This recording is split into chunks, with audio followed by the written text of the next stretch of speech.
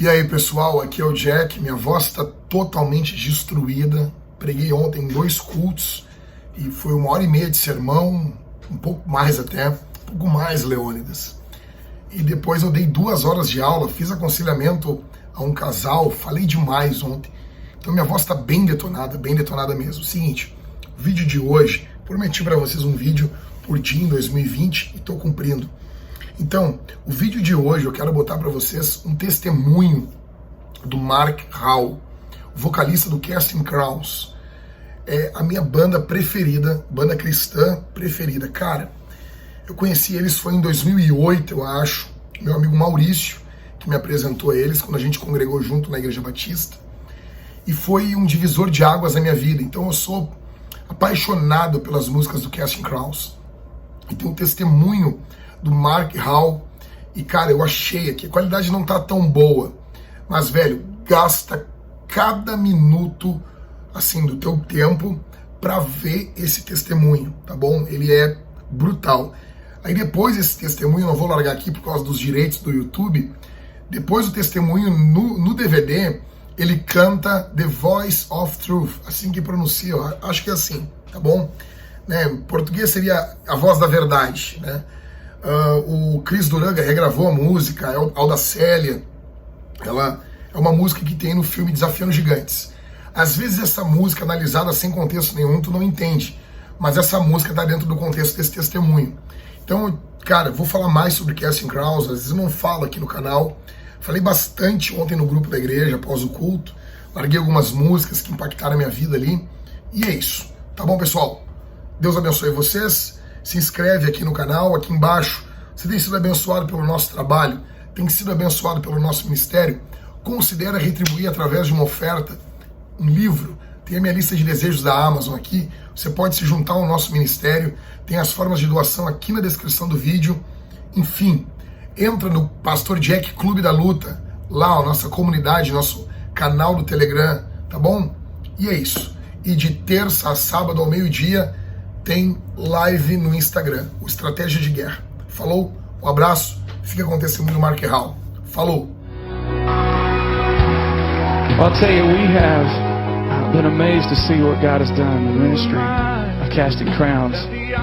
We're even more amazed to see what God is doing in our student ministry. I've been a youth pastor for about 13 years and been writing songs for a long time. And there's one thing I would want you to know about us before we go tonight, is that I came so close to never being a youth pastor. So close to never even thinking about writing a song. Because I have spent almost all of my life scared. It's as though Satan had these little buttons in the back of my head and he could hit them anytime he wanted.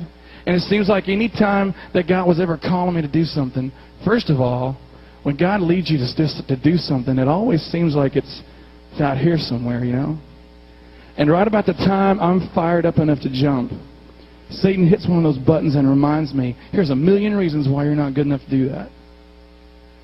We've all got our buttons, don't we?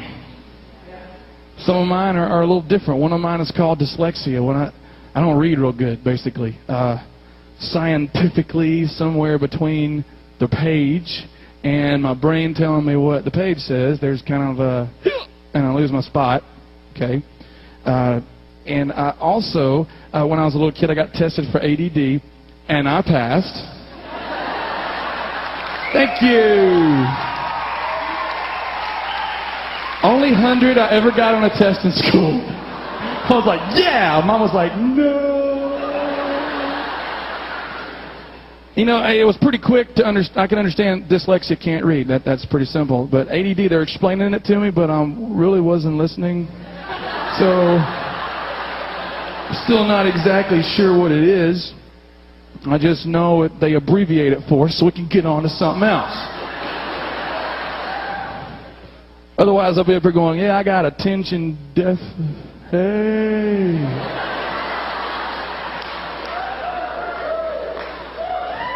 Something shiny over there. Yeah. So I got tested right about before 3rd grade, and I was a little kid, but I could pick up on stuff, you know. I wasn't dense in every area, you know. And They were testing me. I think the funniest thing about that day was the length of time it took them to explain to me what ADD was. Okay, so run with me for a minute, okay? She gives me a test that tells her I'm not listening. All through that hour-long discussion, I'm thinking, why are we still talking? You know, I mean, I've already counted the ceiling tiles. I've got like Brady Bunch episodes going through my head. Brady Bunch was a show. It's a long. Okay, so yeah. So I see just then. I'm like, I was talking about something. So when I was coming up, it was really tough. And I can joke about it now, and it's so good for me to be able to do that. Because I was 21 years old before I ever said the word dyslexia. Because I was about this big. And Satan made sure anytime I tried to even think about doing anything bigger than this, he would remind me one more time, you step out and I'll show them who you really are. Because what I'm learning is, once Satan tells you you have a problem, the next thing he tells you is that you're the only one with that problem. And it didn't help for me to go to church, because when I went to church when I was a kid, somehow, and I don't know exactly how, we were so blessed, but we were a part of the perfect church. Nobody sinned at my church. I mean, they were all sick. Because, I mean, you go to prayer time, and it's like hearts and lungs and brains and kidneys. But there were no marriages being prayed for. No one had unforgiveness in their heart. No one lusted after stuff or coveted. No one was bitter. And I just figured out pretty early, I'm messed up. Because if there's one place in the world you ought to be able to tell someone you need help, it'd be the body of Christ, right? So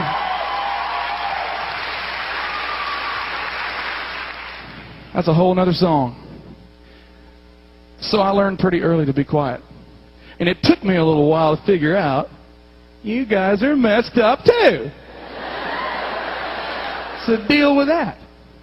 And on top of this, Satan just stripped the word right out of my hands, because I learned pretty early I didn't take my Bible to church. Because if I ever took it to Sunday school, they made you read. You know, you remember that? The little room with the rainbows on the wall and the little wooden chairs. And they'd make you read verses for like an hour because the teacher didn't study your lesson. You remember what I'm talking about.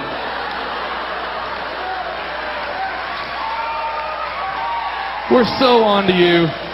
We're so on to you. I kind of understand now, because I'm thinking, you know, that she's up there thinking, I got 45 minutes with you, little beast. Turn to Leviticus. I will have control. So, and I learned, you know, to start, I did a little thing where I would like count the people, because they always go around the circle, you know. And I go 1, 2, 3, 4, 5, and I go down to the 5th verse, and I just start rehearsal in my head. Just read it, read it, read it, read it, read it. Every time, man, right over here, some kid would go to the bathroom, throw the whole circle off. Yeah. And I figure out pretty soon, you know, I think that kid was dyslexic. He was just smarter than me. I'm sitting here counting the people. 1, 2. He just goes to the bathroom. Man. So I stopped taking my Bible. My Bible stayed on the remembrance table on the front of the church, because I was always losing it. And I never got to 2 Corinthians 12. Let me tell you something. When I was in middle school, I sure could have used 2 Corinthians 12. Because in 2 Corinthians 12, there's a guy named Paul. Heard of him?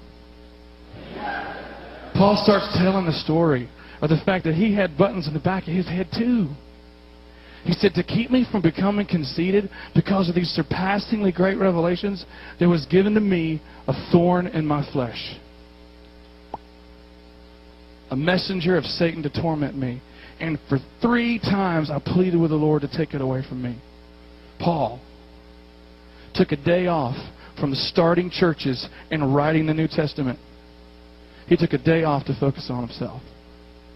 And all I could think was, God, if I was just younger, or God, if I just had a degree like him, or if I could just sing like her, or if I was just taller, or faster, or thinner, or bigger. I mean, he had all these reasons why God could use him if he was just somebody else.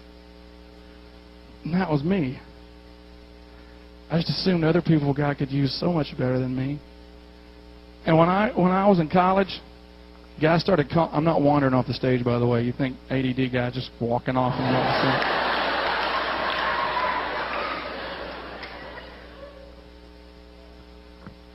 stage? You there? If you're sitting next to someone with ADD, here's what they're doing a lot. What do you say?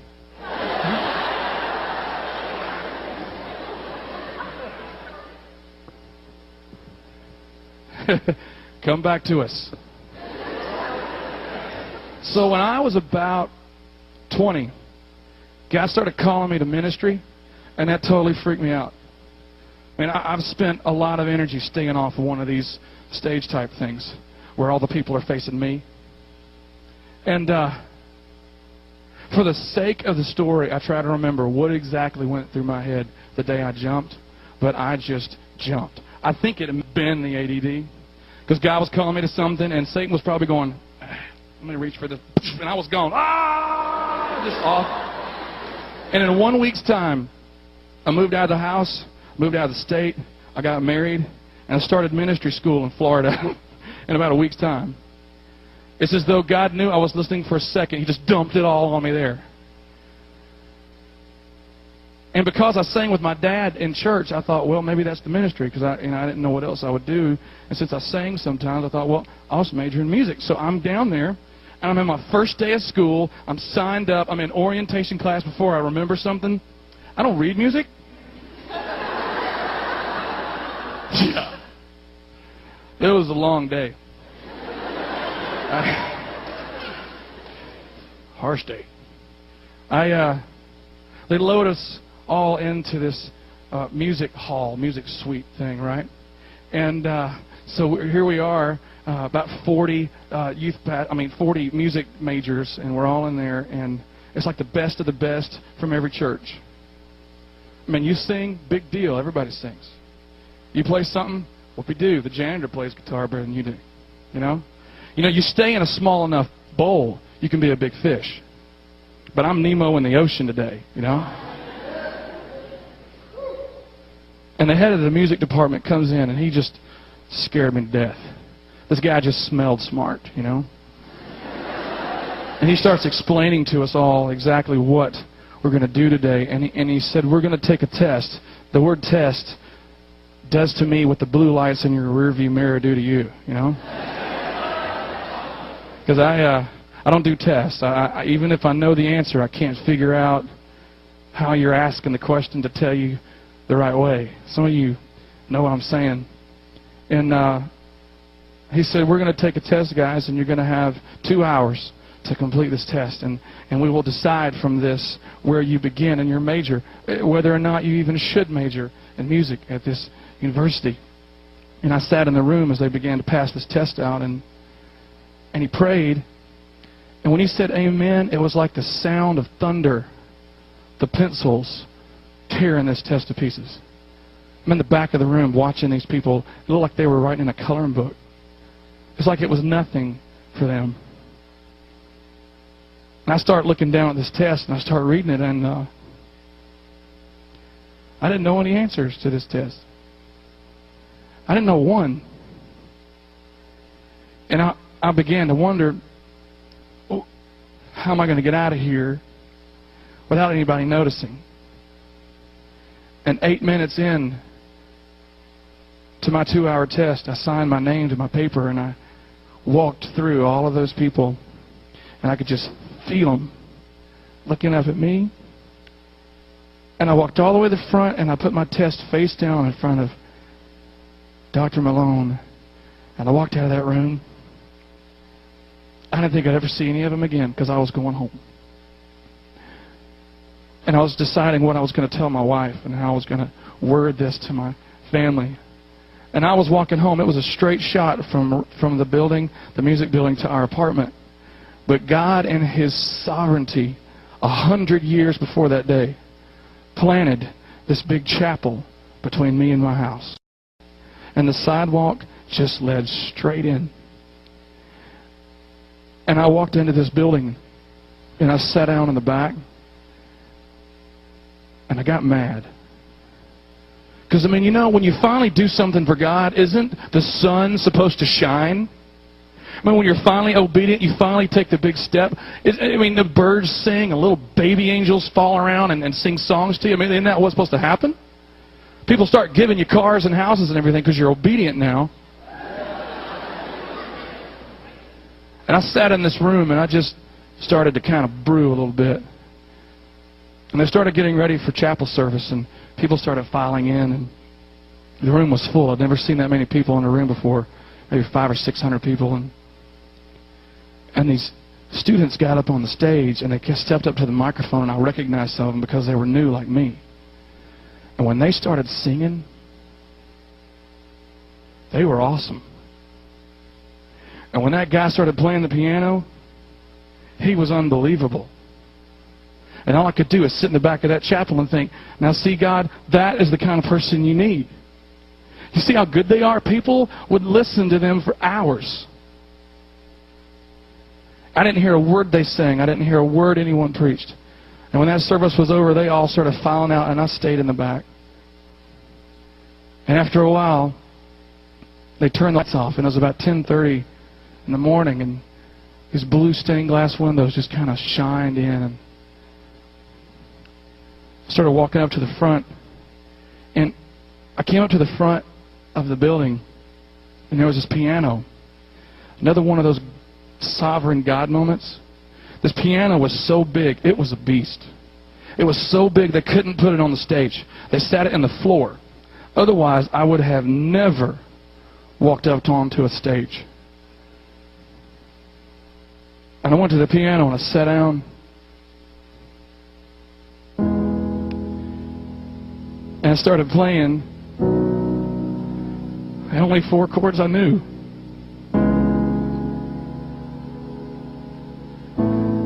I used to sit in my church after everybody would leave and play my chords, and they sounded so cool, you know. They didn't sound cool anymore. All I could think was, man, this doesn't sound anything like that other guy I was playing a while ago. He was awesome. And I sat there at that piano in that empty chapel, and I had my first fight with God. And I was like, God, what's the deal? I mean, you know how I get. You know I get fired up sometimes, and I always seem to catch myself before I do something really dumb. But I'm in Florida. I have left the state. I got married. I've drugged my wife down here. She's working her first day of work to pay for this. My church gives me this big send-off service, and they all come by to shake my hand because Mark is going to go do this great thing for God. My parents are probably still on the phone calling all the relatives to talk about how proud they are, and I am about to come home because I am not good enough for this.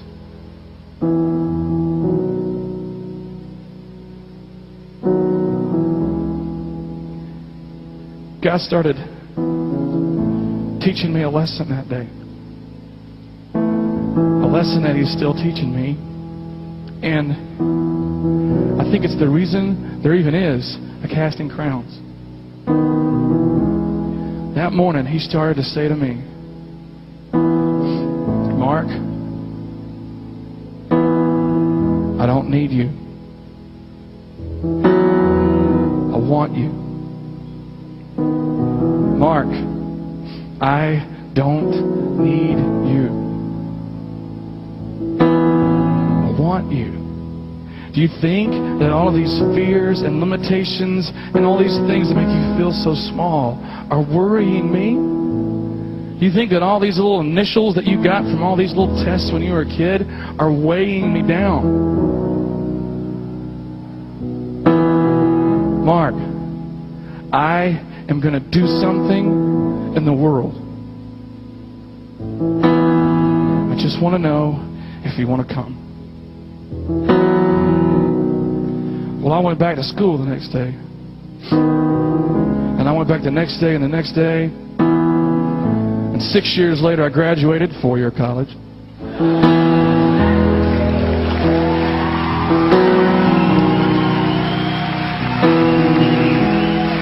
Algebra was my favorite class. I took it 3 times. Teacher and I were really close after a while, you know. She still calls. And now I'm a youth pastor for about 400 teenagers, and I have no idea what I'm doing. I sit in my office sometime and I'm thinking, well, this is it. We're going down today. There's some committee somewhere in the church right now and they're having a meeting. And they're going to walk in my office and they're going to say, brother, and you know it's bad when they say brother. Brother, we've been talking and we're really not sure what you're doing. We don't think you know either.